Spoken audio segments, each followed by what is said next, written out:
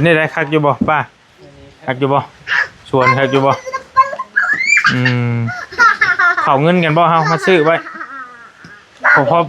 พอลงเรืออยู่บ่เงินจักก้อนจักกำเอ้ามองถึกๆก็มีอยู่ว่ะบ่น้องว่ะซื้อซะหรือว่าจะมาคุยหรอพอแท้บ่ลายเติบอยู่อ่ะคนนั่นแหละอยากจอยไปเลยอ๋ออันนี้บ่โดยจากเดนไอเตียงมานี้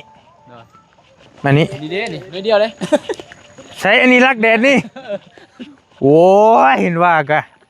อันนี้ดีแหละจากร้านบัดนี้เพิ่นว่าบ่ตอนนั้นแค่คนยอกจักยังไงเนาะยอกซื่อนะแต่ว่าขายอยู่แต่ก็บ่คือขายกันว่าซื้อแท้ประมาณ100ป้ายสบายดีเด้อสบายดีแค่นี้เอ้าพูดกันค่อยออก100นึงออก100ล้านบ่100บาทนี่เด้อแต่ก็ยามไปก่อนได้ยามไปก่อนมันสิฮอดไซส์ตอนนี้ประมาณ18เมตรมานี่5 6 7เมตรนี่แหละนี่ได้อยู่10เมตรบ่กลัวอยู่10เมตรฮอดอยู่ประมาณ10เมตรอีกไปนี่ก็10เมตรคันเวิงนี่ซ้ำนี่แบบสิโอเคนี่เนาะนี่ซ้ำเป็นนี่นะเห็นแล้วอ่ะ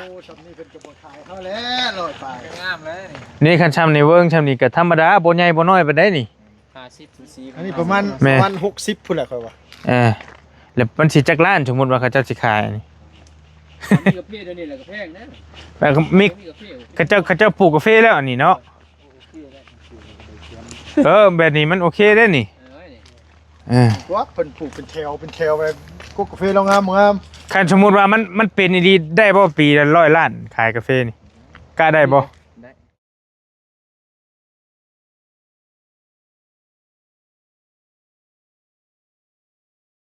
ไปเฮาสิล่ำลาแล้วบัดนี้พี่น้องเนาะเป็นจังซี่พากันออกเมื่อฝนก็ตกเป็นได้คักอยู่บ่ป้าคักอยู่บ่ชวนคักอยู่บ่เขาเงินกันบ่เฮามาซื้อไว้พอลงเรืออยู่บ่เงินจักก้อนจักกำเอ้ามองถึกๆก็มีอยู่ว่ะบ่น้องว่ะซื้อซะหรือว่าจะมาคุยหรอพอแท้บ่ไม่สิมาเผาโอ้อันนี้เราบ่ไหวแล้วชวนเดียวเราก็สิบ่ไหวแล้วพี่น้องเอ้ยเด้มีเด็กน้อยก็สิประมาณนี้แหละสิมีเสียงไห้น้อยนึงเอาสวัสดีเด้อบัดนี้เด้อสวัสดีอีกเทื่อนึงเดี๋ยวสิเมื่อป้าได้แดงได้บัดนี้เด้อโอ้ได้แล้วผมมีปัญหา มายามสวนได้สิดอกได้แล้วเพราะว่ามักเขือบางอย่างกับบ่ทันใหญ่เนาะได้แล้วนี่น้องเอ้ยข่อยอยากไปเบิ่งสวนเจ้าว่ากันนี่นะเพราะว่าเราจะขายพาไปเบิ่งได้จังหน่อยไปทำกันก็ได้ไปมองไปอยากฮู้ว่ามันจักรลาดนี่หยังสินะมาเถิกมาเบิ่งกันมั้ยไปเบิ่งกันโอ้ม่วนเลยนี่เนาะ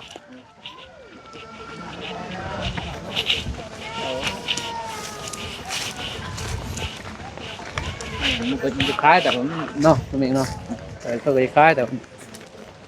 ตัวเทิงเห็นบ่บอกเอาสื่อแย่มากลายเติบอยู่อ่ะคนนั่นแหละอยากจอยไปเลย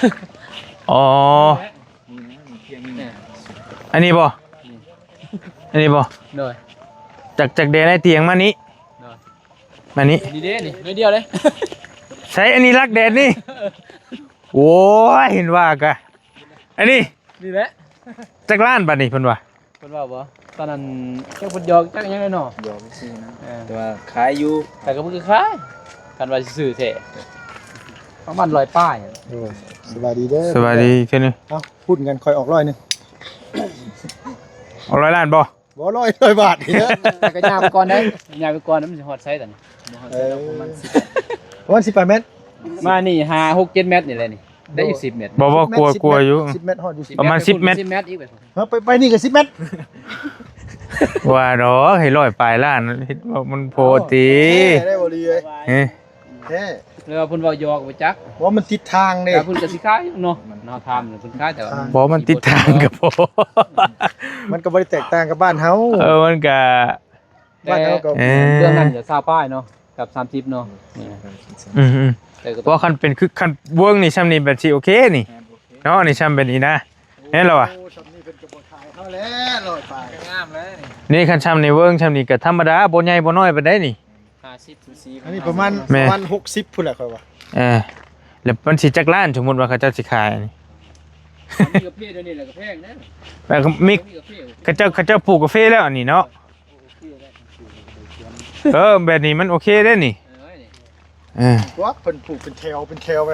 กกกาแฟเรางาม คันสมมุติว่ามันเป็นดีๆได้บ่ปีละ100 ล้านขายกาแฟนี่กล้าได้บ่ ได้ได้ อืม 200 100-200 ล้าน ได้ได้ตอน ก็ถือว่า แต่อันนี้เขาเจ้าสิบ่ขายนี่เนาะ เฮากินยาวนานนะเฮาบ่ได้ว่าเฮาซื้อมาแล้วสิได้ แม่เข้าใจ เฮาบ่ได้ฟังว่าเฮาซื้อมาแล้วมันจุบเลยขึ้นบ่ได้ อันนี้เบิ่งตัวอย่างนี่สิได้พี่น้องเอ้ยส่วนเขาเจ้าอันนี้นะแต่ว่าซำนี้พอดีงาม อันนี้มันน้อย เด่นว่าก็ได้เดียวนึง เขาปั่นกันเด้เขา หลายพูดนะเนาะ เนาะ อันใดเตียงสื่ออันใดโยมัน ได้บ่เตียงเพิ่นว่าใส่บ่เตียงแหล้วเซลๆเนี่ยบ่ค่อย ต่างเว้าหยอกกัน แต่ว่าแถวแดนนี่ลายหมดลายอยู่คนจะทายล่ะ สิลองถามเบิ่ง ตัวนี้คักได้เนาะลุงเนาะงามเนี่ยมันแปะกันเลยนี่ เพราะยันนี่เขาก็สิขายอันนี้เขา ๆแต่ว่าค่อยว่าบุรุษกับของบ่เตียงปานใดแล้วกันสั่นตัวนี้น่ะ สมมุติว่าถามเบิ่งว่าเป็นลายมันเพลงก็สมมุติว่ามันก็บ่ไหวเนาะ เขาบ่ได้ดอกสำบ่เตียง เกือบพุ่นแหละ โดนแต่ว่า เพราะว่ามันเพิ่นปลูกแล้วเนาะน้องเมฆเนาะ แต่ว่าเฮามาทำกันว่าเฮาทำเรื่องเขาทำแบบเฮาอยากได้นี่ มันสิบ่ได้อีกติ โดย เขาสิโกง โดย เขาสิโกงราคาฮู้อยู่ดอก ถ้าว่าเข้าเดือนฮ้อนนี่สิได้ผม ว่าไงคือเพิ่นจำเป็น โดย อันสมมุติว่าเฮาขามาถามซื้อแบบว่าโดยที่เพิ่นบ่เดือดร้อนนี่เด็กนักคือว่าหั่นแหละ นี่คือหลายเติบเด้จังนั้นเขาก็ขายเนาะตรงนี้เนาะโอ้ยจำ แต่ว่าตัวนี้มันเป๊ะทางเลยเด้มันเหมาะตอนนี้นะ ตอนนี้นี่เนาะตอนนี้เนาะตอนนี้ก็ปานใดนี่คือสิหลายแต่เด็กกว่านี้ก็ นี่ก็พูดสุดผมนอนไหนเนาะสิไก่เซเดนโตมันถือ ก็มัน มันถือกับ ดินเอาเตียงไปเอาจุดตัวนี้จ้ะเอาดินตัวนี้มาจำใส่บนนี้ ที่ว่ามัน จากสิเวียดผิด ที่มันมีปัญหากันทำบ่ โดยเป็นยางพูดแล้วไปกับเพื่อนปุ๊บ แต่ว่าประเทศนี้มันเพิ่นสิขายตัวนี้ แต่ว่าไปเทศตัวนั้น ได้แล้ว เอาใกล้ๆน้องเมฆเด้ใกล้เพื่อนน้องเมฆ 14ล้าน 14 ล้านบาท ค่อยออก10ล้าน 10 ล้านบาท 10ล้านกิเอาใช้14ล้านบาท10ล้านบาท โอ้ครับบวงสูงพ่อนะปลายมันยังเลียวบ่เห็นอยู่เดี๋ยวนี้น่ะจักอยู่ชายปิดปลายมันก็ได้ อยู่ใกล้มีเนาะตัวอยู่ใกล้ราคาก็ดีมี มีหลายหมองอยู่แต่มันสิใกล้กัน แต่มันใกล้ทางบุดีแบบนี้นะทางสิบุดีแบบนี้เลย เอาง่ายว่าทางแดงทางไปหน้าซะเนาะทางไปสวน ทางเป็นหน้าไปสวนและทางล้มรถเห็นไหม ว่าง่ายว่าต้องใช้รถไถไป ไม่ โดย น้ำฝนต้องรถไถ ใช่นั่นนะเก่ง เกือบรุดเลยบัตรจากตกคอนจากตกกันเนาะ นี่แหละเดือนนี่ได้เดือนแปดเดือนแปดเก่าเดือนนี้ แน่นอน ข่าวภาษาเลยนี่เลย พอดีคั่วง่ายพอดีช่ำนี่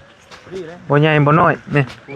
ภาษาง่ายยุ่นเนี่ยเดี๋ยวซื้อ พอดีเครื่องง่ายไปซะ เอาดี แต่ว่าไม่เห็นเครื่อง เอาชมเราไปคนอื่นเหตุการณ์นะ นี่ก็ได้เนี่ย นี่ก็เป็นโอเคนี่แต่ว่าคือบ่เป็นหมากเนาะ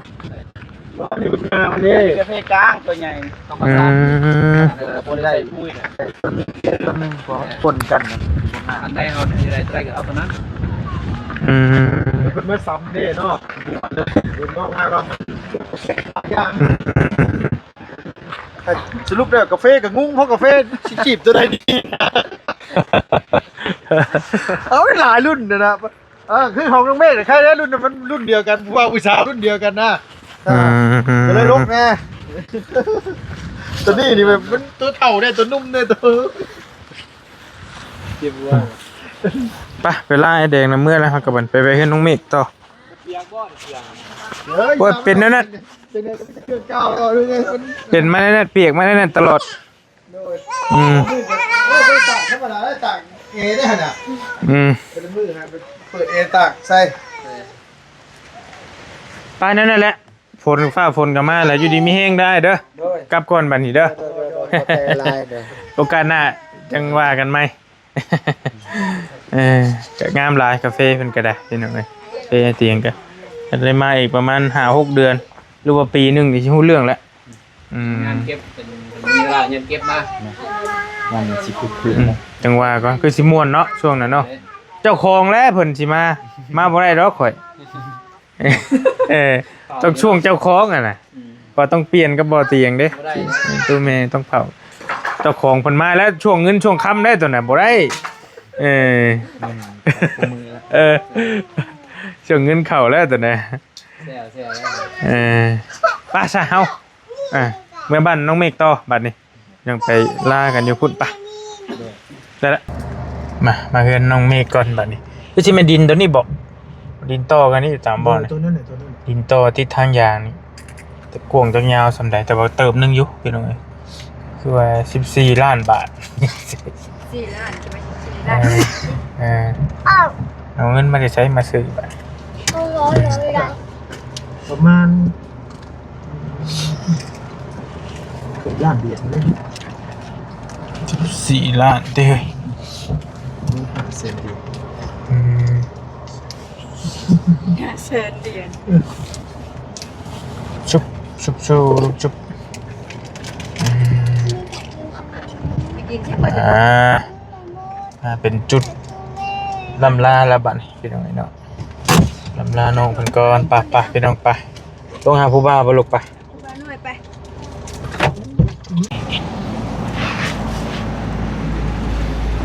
ตัวนั้นเพิ่นบ่งามบ่เห็นน่ะ เป็นกล้าไหมก็ เอามาใหม่ เออออกบ่ได้ฝนตกนี่กล้าแบบนี้ก้อนเราต้องเป็นเนาะ อันนั้น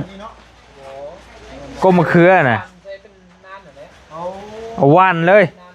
พักของเนี่ยมันแตก โอ้มาโบงไหมอันนี้เป็นโอนมาโบงได้น้องไปเนาะ โบง มาซ้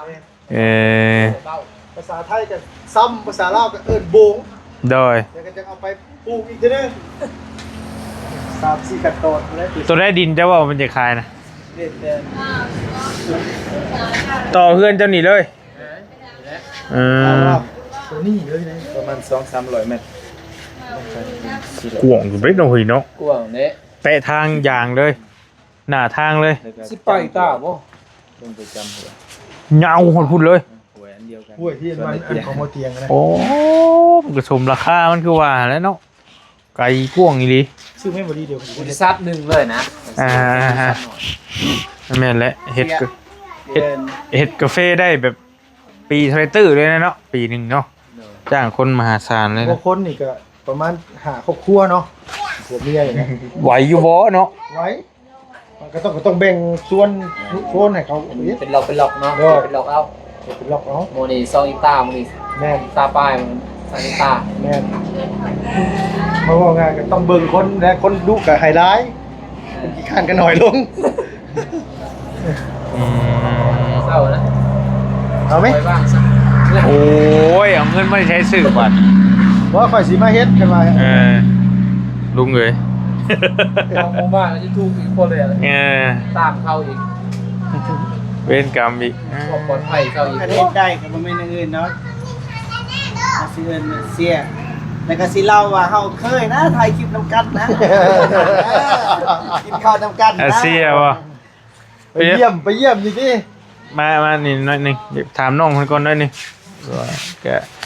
หากระเห็นเป็นโดยอันผู้เพิ่นเป็นนักร้องน้ำกันกับเบาเจ็บ บ่เจ็บเพิ่นน้อยเนาะ เป็นนักร้อง ตอนนี้มีผลงานอย่างนี้ ผลงานล่าสุดดองน้ำตา ดอกน้ำตา ฟิตติ้งกับ กับเบาเจ็บ กับบาเจ็บส อื นิ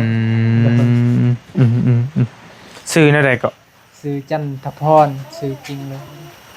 เท่า ชื่อลินซื้อจัน ชุดจันทร์เนาะอาจารย์จักปีปีนี้ 25 25ปี ปีนั้นก็ย่างเดือน3 ก็อายุยังบ่หลายปานใดอยู่ ยังบ่ได้ มี มี โอ ครอบ กาสที่สิเปรี้ยงได้เนาะ ยังบ่ได้มีครอบครัวหรอวะ มีแล้ว เอามีครอบครัวแล้วยังมีลูกหรือบ่ยังบ่ทันมีลูกอยู่แต่งงานแล้ว บ่ได้แต่ง ยังบ่ทันได้แต่ง แต่ง โอเคก็เห็นน้องเพิ่นห้องเพลงกับบ่าวเจ็บอยู่ก็ฟังเอาล่ะว่าเสียงดีเอาดาวเรื่องอยู่ได้ว่าสิบ่รีฟังผู้เดียวแล้วก็เว้าผู้เดียวนะ ตอนนี้ปล่อยได้4มื้อบ่5มื้อบ่เพลงเจ้าเฮ็ดช่อง YouTube นำบ่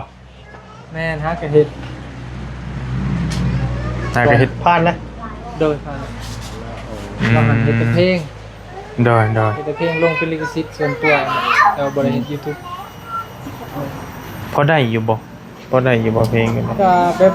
สิประมาณแบบซื้อเลขนี่แหละ เสียง เสียง คือไอ้น้องหูไอ้น้องก็เห็นไอ้น้องเนาะ ตัวเลขเซ็ตมันก็สิได้ในนึงแบบบ่ล่ะโดยดีเซ็ตเนี่ยอันนี้ครับไปลงซองเองก็บ่ได้ก็เพลงบ่ได้ก็ได้อยู่บ่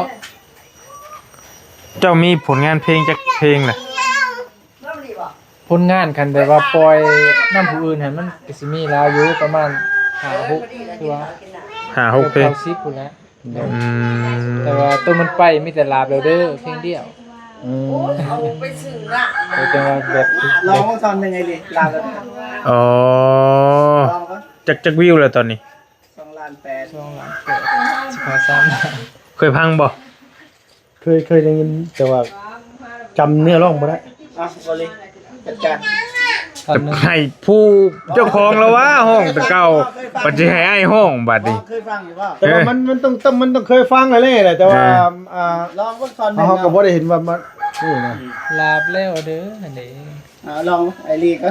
อ้าวเนาะเอาแม่บ่ดีจะกินจะไปใส่ลุงไหน มึงแล้วเนาะ ต้องเจ้าของพี่ห้องให้ฟัง แต่บ่ติด บ่มันบ่ติดล้อเฮาห้องสดซื่อๆน่ะเดี๋ยวบางก็เอากลับไมค์กันเด้อแป๊บนึง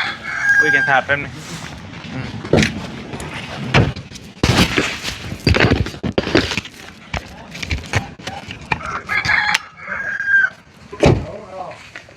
อยู่มื้อละ3เทื่อนี่ก็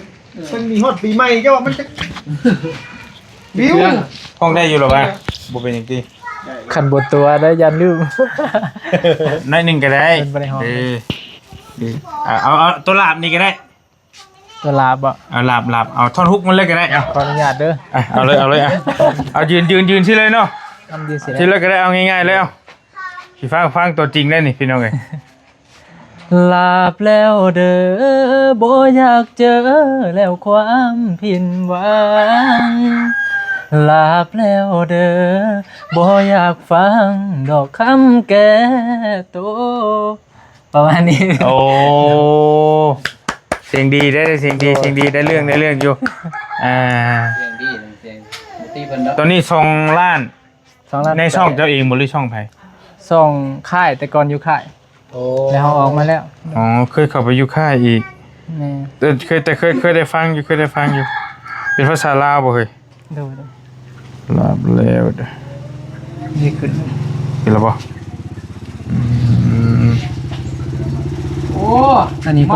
นไทยเอาไปเฮ็ดเอ้า5 ล้านเพิ่นบ่ 5ล้าน เข้าไปฟิชเชอร์ลิงเข้าไปก๊อปปี้บ่ ของเขาเอาไปนี่5 ล้านบ่ได้ อันนี้ของเจ้าบ่นี่ แม่ของเขา2 ล้าน ม แล้วก็ผู้นี้1.2 ล้านคือพอได้หลายอยู่ ลาบแล้วเด้อเคยได้ฟังอยู่2 ล้าน8แสน1 ปีที่แล้วเนาะแต่คุณอยู่ตัวนี้น่ะแม่นบ่ โดย คือเหมือนเคยได้ฟังมองใดมองหนึ่งจักที่อะไรเอาก็ง่ายๆก็ได้ต้องรู้ทอนหนึ่งก็ได้มันเคย อันน่ะ ข่อยจะไปจับกล้องจังหน่อยเจ้าได้เป็นนักร้องจะต้องร้องให้ข่อยฟังได้บ่เจ็บบ่ได้ได้เพลงล่าสุดนี่ได้ร้องให้ฟังนี่ได้บ่หน่อยนี่ อันนี้ต้องให้ว่าเจ็บ น่า แน่ น่าน่า มือว่านนี่รับปากก็มืออื่นเนาะ เจ็บคอว่ามันนี่เจ็บคออีกมื้อนี้บ่ ยายบอกได้ว่าเอายามาอ้างนี่ 10ชั่วโมง ยังบ่ดี ตอนอัด10ชั่วโมงคิดเอา ล่าสุดนี่ดองน้ำตาเนาะคือเพลงน้องเพิ่นก็อยู่ในช่องบ่เจ็บเป็นน้องไอ้ดองน้ำตากับบอลีฟังเรื่อยอยู่ฟังหลายเทื่อเลยก็คุยกับบ่เจ็บอยู่นี่เด้ตอนนี้ 57,000 4 มื้ออาจจะ5มื้อนี่แหละ4โมงปล่อย4โมงแม่นบ่ฮอด4โมงนี่ก็น่าจะ5มื้อนี่พอดีพี่น้องนะตีไปมื้อละหมื่นนะนี่มื้อละหมื่นวิวถ้ามันขึ้นตลอดก็ใครเนาะมื้อละหมื่นกันเนาะแต่ว่าอย่ามา มันสิไปดอกมือได้บัดนี้ ยังบ่ฮู้ ช่วงนี้ยังพอได้อยู่นี่ยังพอไปอยู่อาจจะมื้อละ 2-3,000 วิวบ่สิดองน้ำตาพี่น้องเนาะฝากผลงานน้องๆเพิ่นเนี่ยเขาไปฟังเบิ่งเนาะเจ้าบ่ได้ไปร่วมนำบ่ ไปทำเงินมื้อนั้น ไผอ๋อโอเคไผอันเป็นเมนรูปหัวน้องมิกนี่คือคุ้นๆน่ะ ไปนู่นหน้าบ่ เอ้ย นู่นหน้า แม่น้อง ข้างหน้าพี่น้องอะไรอยู่บ้าง มีแต่พี่น้องมันน่ะ เอาพี่น้องบ่าวน้องปึ๊ดรวมทั้งพ่อทั้ง ทั้งหมอพรทั้งหยังแม่นเบิดเลย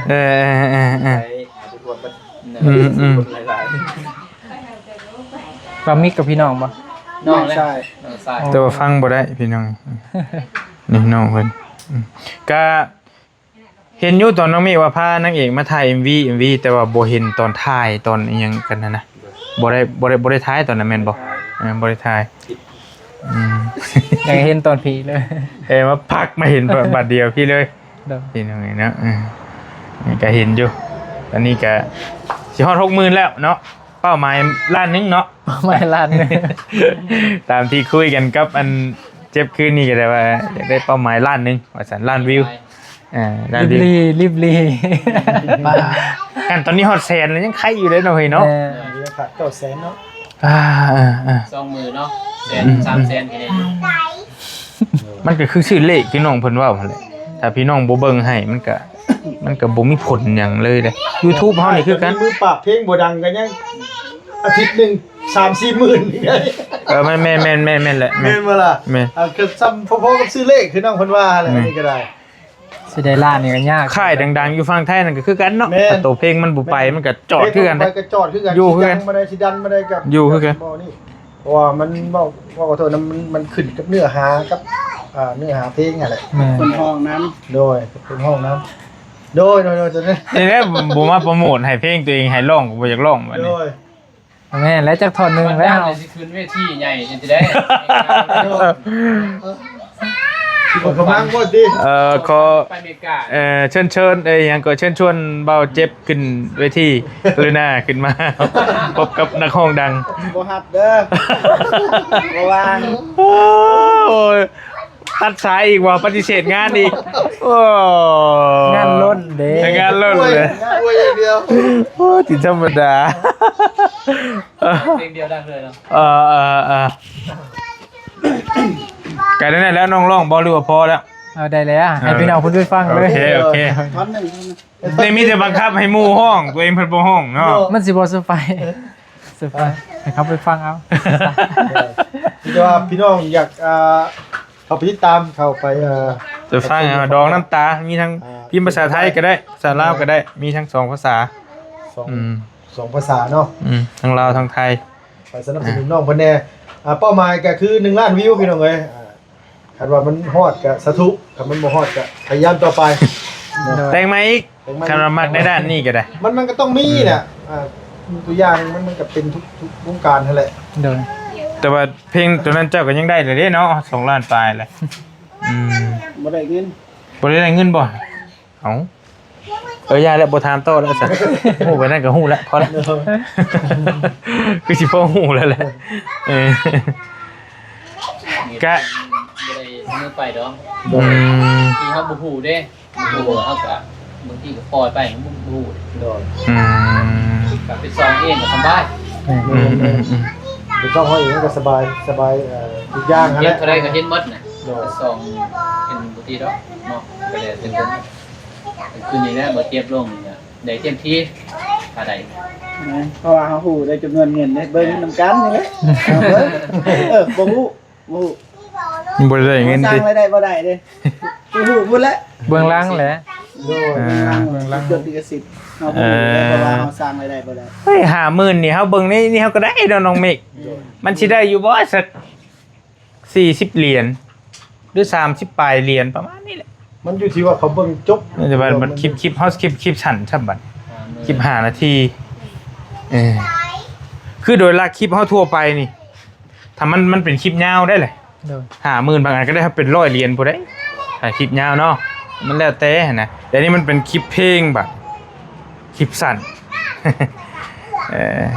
มันคือปกติเลยเพิ่นว่าล้านวิวน่ะมันสิได้อยู่ 30,000 บาทเนาะหรือว่า1,000 เหรียญนะแต่ว่ามันก็แล้วมันอาจจะลุดลื่นเล็กหน่อยนะเพลงนะแต่ว่าในคลิปยาวนี่มันสปีดมันได้กว่าหันเด้สมมุติว่าล้านวิวมันอาจจะได้ 1,500 เหรียญก็มีสินะหรือ 1,200 1,300สินะคลิปยาวเด้มันรายได้มันสิหลายกว่าเนาะ YouTube ที่ตอนบ่ยาวที่เป็นไฟแต่ว่าคลิปเดียวได้60,000พุ่นนะ แม่นแล้วมัน ล้านวิว ได้แม่นได้หลายล้านได้คลิปนั้นก็ได้ เพราะว่ามันแบบว่ามันคลิปมันยาวและโฆษณามันก็สิหลายกว่าคิดว่านะ เป็นว่างเนาะตามใจผู้สิเขาเป็นว่างนี่ตำรวจตำรวจ แม่นเข้าหัวกับท้ายกลางบ่มี ตามใจผู้สิเขาสมดีแดงก็ได้เขา มาห้องเพลงบ่ ต้องนำ โอ้โหโอ้ยแม่เด้อแค่นั้นแล้วมีแต่สิกลับป้าได้บัดนี้เด้อน้องเด้อก็ขอให้ฮอดล้านวิวไว้ๆเพลงก็ได้ เป็นกำลังใจให้เนาะมีกำลังใจอย่างเดียวก็บ่ได้เลยคันมีเวลากับก่อนสิเข้าห้องน้ำง่ายก็เปิด โดนปอกเขาแน่จังหวัด มี4เครื่อง5เครื่องก็เปิดให้น้องเพิ่นนั่นแหละ เปิดอยู่ในเมื่อนี่สิเปิดฟังเมื่อน้ำนี่มีน้ำรถเลยนี่บังคับน้อยมาเลย โอ้ยนี่เปื่อยๆมาพุ่นน่ะ ไอ้ใช้มาแต่สวนบ่ฮะให้ผู้บ่าวมาเลยลูกผู้บ่าวมาเลย โอ้เคิน อีกได้ลงไปหาผู้บ่าวน้อยเพิ่นว่าเพิ่นบอกกินอีกได้นี่บอกเองเพิ่นว่าได้ห้องมาพี่นี่เด้อผู้บ่าวน้อยน่ะมีแต่สิเอาใช่จะไปบอกเพิ่นมาพี่ผู้บ่าวน้อย ร้านน่ะจะเอาเงินเดี๋ยวไปซื้อขนมจังหน่อยก่อนมาพี่มาหาผู้สาวนี่มาหาผู้สาวนี่ เตรียมไปซ้อมกี่ ฮะ ไปซ้อมเพลงกี่ สิห้องบ่ห้องบ่ โปรโมทดิบ่โปรโมทไปสิหูเว้ยของเที่ยงบ่โปรโมท เนาะ ขึ้นเวที เฮ็ดหยังอันนี้ลงเอานั่งน้ำนี่กว่านี่นั่งน้ำนี่เอาบ่ให้นั่งบ่นี่ ไอ้ไปไอ้มาเลยไอ้มาเลยหลานมาตู้เลย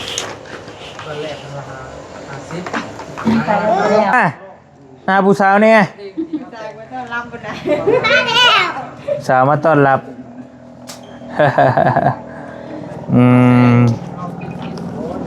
เกินแล้วยังยิง แล้วอมมือเนี่ย กลมมือเลย ไปเสียละ ว้าดึงเอาเลยเว้ยเอาไม่ผู้บ่าวนะ จับมาเลยบอกดึงตัวมาเลย มันดินดูเฮียนติ เอามาลินอยู่เพื่อนตี มันดินดูเฮียนติ ลินอยู่น้องบ่ได้บ่แม่น นี่เพื่อนก็ได้ ลินอยู่เพื่อนก็ได้ไปแล้วได้บาทนี้ได้เล่นแล้วเอามาพี่ก่อนลุงจะเอาเงินให้ไปซื้อขนมเอาลุงเอาเงินให้เอาอันนี้เงินไปซื้อขนมเอามานี่ คือแล้วเอากันเกี่ยวแล้ว เอาไปให้ร้านนี่ ห้องเพิ่นคือสิบ่มาเอาให้รถมาพี่ มาพี่ครับ เมื่อก่อน มา เด้อ นี่ก่อน เมื่อนี้ว่า เมื่อก่อนเด้อข่อยเมื่อก่อนเด้อเอาเงินเดี๋ยวบ่ให้เมื่อกิน ติดแล้วหอกาไม่ใช่นี่บ่ ใจลุ่มก่อน อ้าวไปซื้อขนมเด้อว่าได้ใดเกาะว่าได้ใด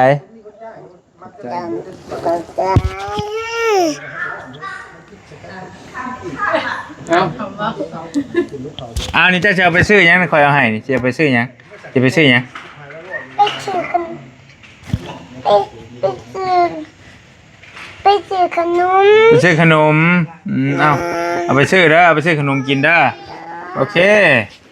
ไปเมื่อป้าเลยเด้อ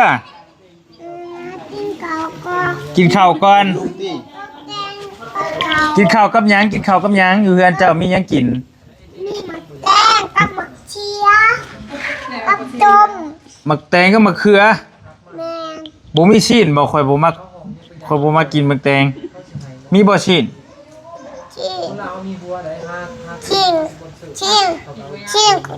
ชิงก็เฮ็ดดาบกินเด้ เฮ็ดลาบกิน เฮ็ดดาบกินก็เฮ็ดดาบ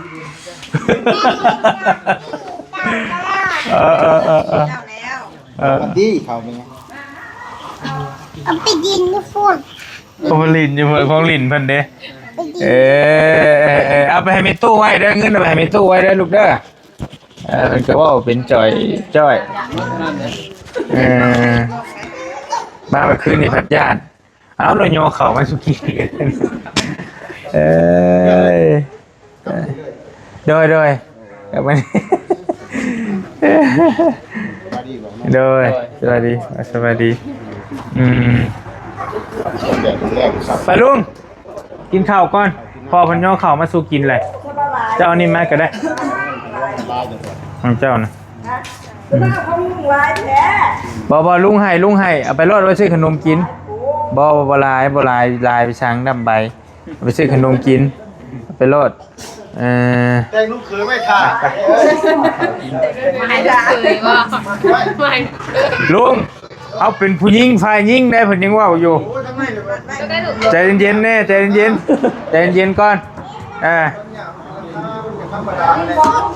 เรียนเอาไว้ก่อน ไปนั่นๆแล้วมีแต่เมื่อบอลลี่ก็สิขอจบคลิปแล้วก็สิล่ำลาเลยได้บัดนี้เด้อนั่นๆเด้ออยู่ดีมีเฮงโอกาสหน้าเจอกันใหม่เด้อ กินโทษกินเทิงคือเก่าเด้อได้น้องเมฆเด้อโดยรถอันอยู่เซโน่ก็จะขอไปทุกจักอยู่ห้องหายแล้วไปจัก มึงงัดเดี๋ยวไปยากหน่อย จักว่า เย็น 4 เดือน ทั้งนี้เพิ่งให้บอก 4 เดือนเลยเด้ นั่นๆเด้อ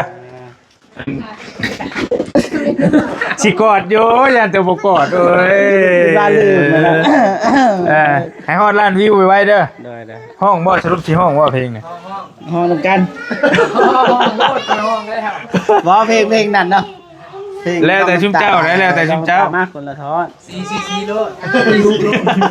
สั่งกันสี สีว่าหรือบ่สีอยู่บ่ 10 ชั่วโมงเลยที่อัดนี่เพราะเฮาเสียงเพียนแต่ว่าเจ้าของเพลงอ่ะนะ เป็นข่อยก็คือกันเห็นคนหลายแต่มันทำตัวบ่ถึกอ่ะนะ บ่มัน เข้าใจอยู่ ก็ห้องได้แต่ว่าเสียง